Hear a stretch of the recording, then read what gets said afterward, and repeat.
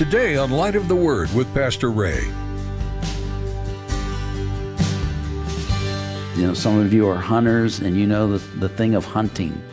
Hunting is waiting for an opportune time, because hunting isn't built on multiple shots.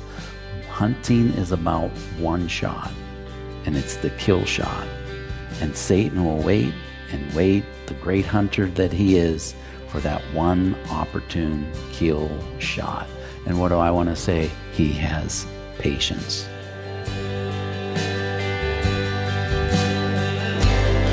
Open your heart to us, Lord, so we can know your word. We come before you, Jesus. Speak to our hearts as we discover your love for us. How wide, how deep, how far. Pour into us so we can learn to follow. One surrender at a time. You have made the way for us to know you, a path that's straight and right. By the light of the word. You might feel safe because nothing dramatic has happened in your life lately, but a skilled hunter doesn't rely on many shots to hit their target. In today's message, Pastor Ray warns that Satan is a patient hunter who waits for the most opportune moments to strike at your character. You could be lulled into a false sense of security, forgetting that spiritual threats often come when you are least prepared. This patient persistence means that your vigilance cannot be a part-time effort or a seasonal phase of your life. Well, let's join Pastor Ray in the book of Genesis chapter 39 for today's edition of Light of the Word.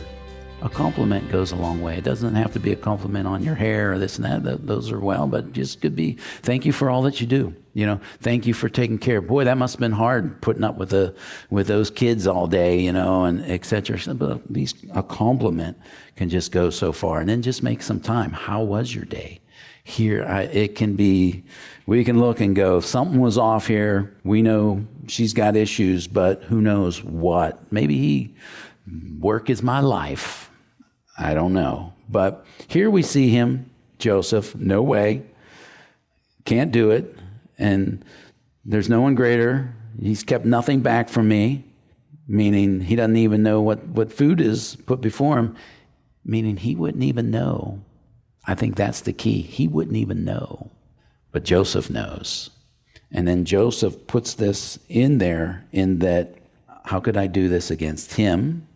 This guy, he's been good to me. How could I hurt him like this? And then, how could I do this to my Lord, who's been good? God's been so good to me. He sold me into slavery. He put me in a place that I didn't want to be, made me a slave. You see the sarcasm. And yet he is still all that he is. I couldn't do this against the Lord. I couldn't do this great wickedness. Oh, I wish to God that the church, I wish to God that pastors, I wish to God that the news would start calling wickedness again. And not just call it, news, but call it great wickedness. This would be great wickedness if I did this. But do you know what? As you're looking at this, how could I do this against him? This would destroy him.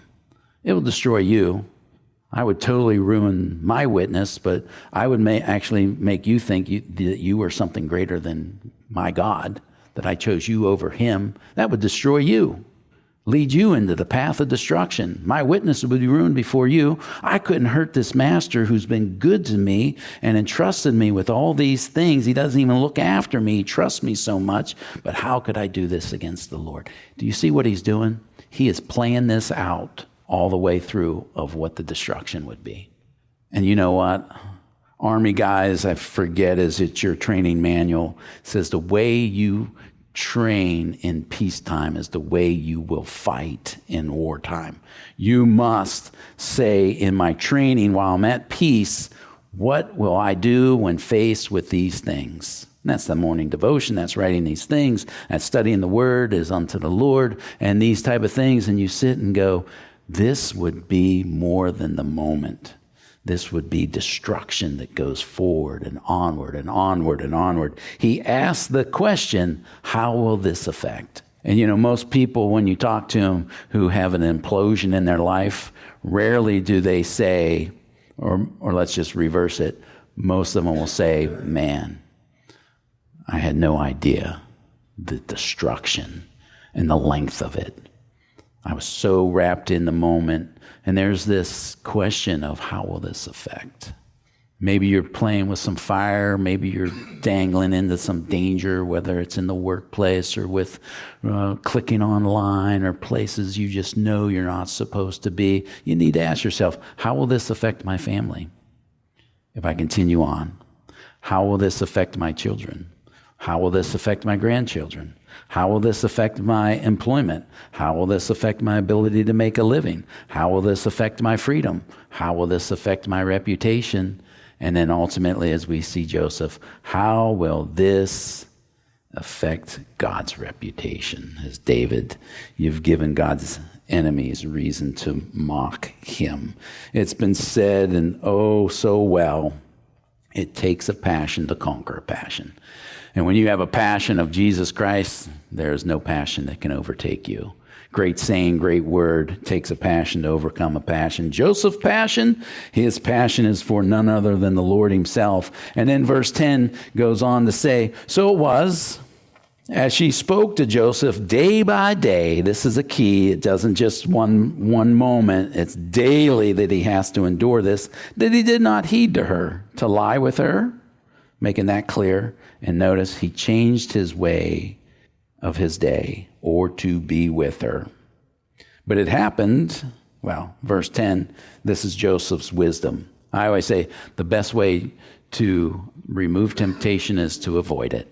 This is not where I need to go. I shouldn't go down this hallway. I shouldn't go over to this coffee place. I don't need to be going on to this social media. Best way to remove temptation, avoid temptation, is simply to remove it, and that's what he does. But notice he is that it's daily. We don't know if this is 1 month, 6 months, 6 years that he's enduring this. And here's a word. As we look at the life of John the Baptist, the greatest preacher, the greatest man, other than Jesus, that we were told. And he was taken down, if you would, by a dancing girl. Not that he was enticed by it, but the King Herod was. And then ask him anything of you, and I'll give it to you, up to half the kingdom. I want John the Baptist's head on a platter. The point is, it says, and at an opportune time, on an opportune day, Mark 6:21, then an opportune day came when Herod on his birth. The opportune day and time, it was Satan's opportunity. He waited and he waited and he waited. And, some of you are hunters, and the thing of hunting. Hunting is waiting for an opportune time, because hunting isn't built on multiple shots. Hunting is about one shot, and it's the kill shot. And Satan will wait and wait, the great hunter that he is, for that one opportune kill shot. And what do I want to say? He has patience. He waited and waited for his moment with John the Baptist, and he has one goal only. John 10:10, the thief does not come except to steal, kill, and destroy. If he can kill your body, he's happy with that, to shut you up. But I think more so, he'd love to steal and kill your reputation. Because then your reputation of your destruction goes out for everyone else. Your kids, your grandkids, and it goes out and out. It destroys way more than just taking your body away. And so he waits and comes daily, and he's just waiting for this kill shot. And here he thinks he has it, verse 11 and 12. But it happened about this time when Joseph went into the house to do his work, and none of the men of the house was inside, that she caught him by his garment, saying, lie with me. But he left his garment in his hand and fled and ran outside. She's planned this. She set up her moment. She knows this is his new rhythm. He makes sure he doesn't come in the house when it's just the two of us. He's got to do his duty, so he won't do it when there's witnesses. So I'm going to move them people this way. And so Satan will move all these pieces to set these type of things up. And this is what she's done. Probably dressed herself accordingly and all these type of things. And when he comes in, she's coming for the kill shot with him. And here's the beautiful word. But here's what the Lord promises us in 1 Corinthians 10:13. No temptation has overcome you except such as common to man. Once again, temptations are part of our life. That's why we're going to spend time on this passage. But God is faithful, who will not allow you to be tempted beyond what you're able, but with the temptation will also make a way of escape that you may be able to bear it. And then 2 Timothy 2:22, flee also youthful lusts. He provides a way out. Joseph has a way out, and his way out are what my high school football coach used to say, quick feet or happy feet. That's what he'd say to us running back. Quick feet or happy feet. And this is definitely for us as Christians, quick feet or happy feet. I got to beat feet. I got to get out of this place. I should not be in this situation. And I was reminded of a pastor some years ago, just a man of God. And I think there's a place you look at some men, you go, they're perfect. Women too. They're perfect. They probably never experienced temptation. They probably are immune to all of it. And this older man, pastor, serving the Lord, made the statement at a pastor's conference, a life of holiness means saying no to the flesh 10,000 times a day. 1 Peter 1:14, as obedient children, not conforming yourself to the former lust as in your ignorance, but as he who called you is holy, you also be holy in all your conduct, because it is written, be holy as I am holy. Holy means uncommon. Don't go the way of the world. Don't follow after these things. Be ye holy. And if Satan comes at you 10,000 times, then you come back 10,000 times. And if your flesh challenges you 10,000 times, you say no every time, however long it takes. And victory shall come day by day, one at a time. 13 through 14. And so it was, when she saw that he had left his garment in her hand and fled outside, that she called to the men of her house and spoke to them, saying, see, he has brought in to us a Hebrew to mock us. He came in to me to lie with me, and I cried out with a loud voice.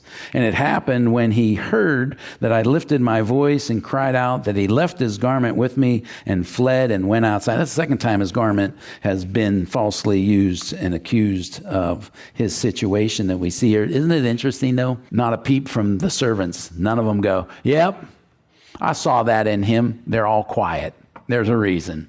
And people are looking, going, I know him, I know her, I think I know where this story truly is.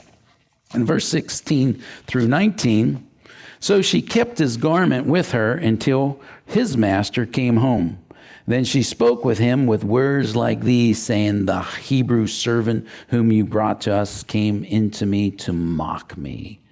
So it happened, as I lifted my voice and cried out, that he left his garment with me and fled outside.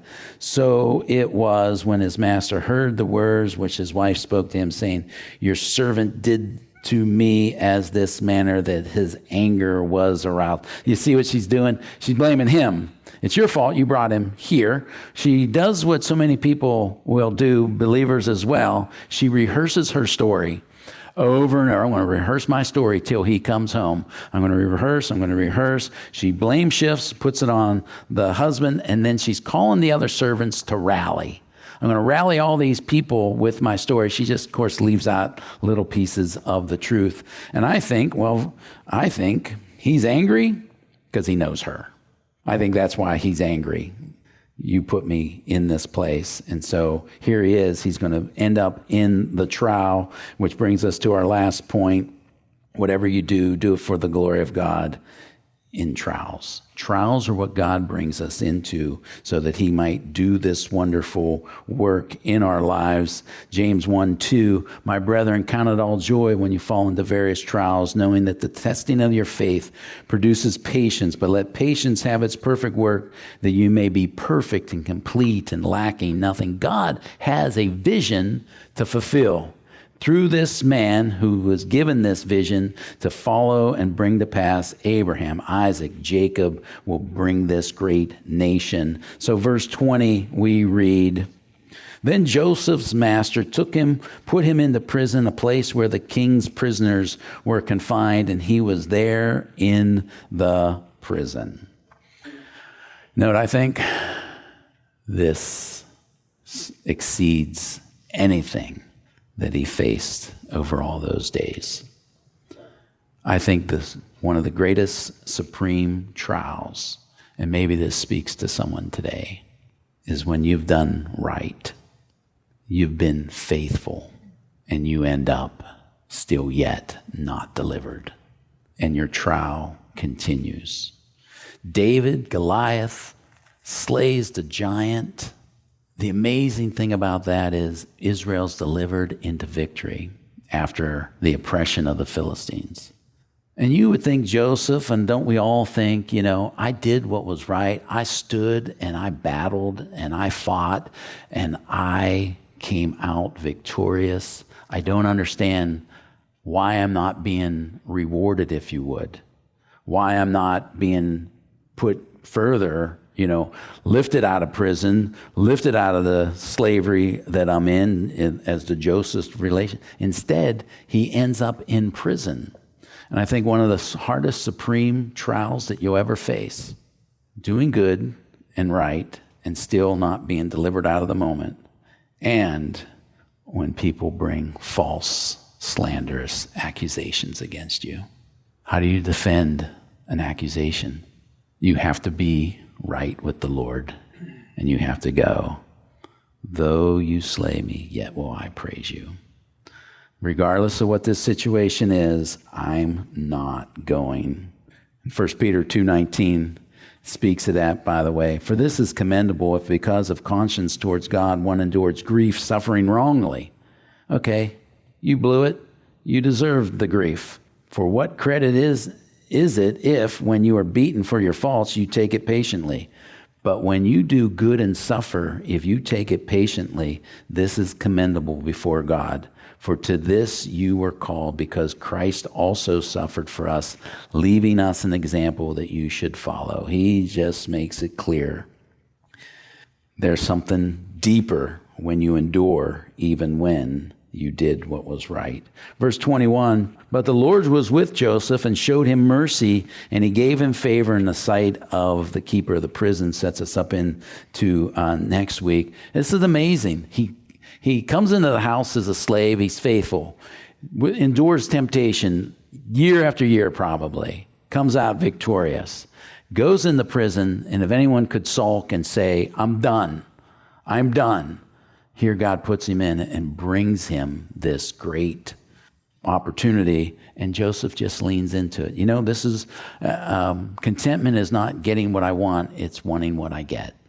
This is what you gave me, this is what you want. And here's what I think the power of Joseph's life is.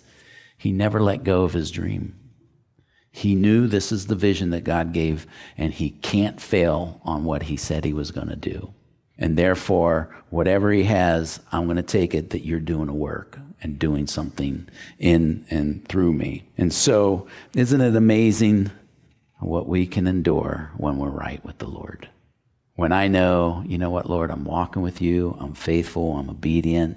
Even though all these things may seem to be against me, I can endure it all because I know that you're with me. And here he is, enduring because the presence of the Lord with him, even in the home, now in the prison. And we close verse 22 and 23. And the keeper of the prison committed to Joseph's hand all the prisoners who were in the prison. Whatever they did there, it was his doing. The keeper of the prison did not look into anything that was under Joseph's authority, because the Lord was with him. And whatever he did, the Lord made it prosper. What an amazing young man. God has a calling. God has a plan. Satan is coming for a shot to take him down, but this young man endures through it as we look at these things. And I just find it so amazing. I've never been out of the pulpit 3 weeks in a row. That was tough. Down doing disaster relief in North Carolina, that was the plan. Then Pastor Yossi comes into town from Israel. Man, can't miss that opportunity. Then Pastor David cruising through on his way to Pakistan said, man, can't miss that. But isn't it interesting? And Orlando did a great job in his teaching. I was here for Yossi and David.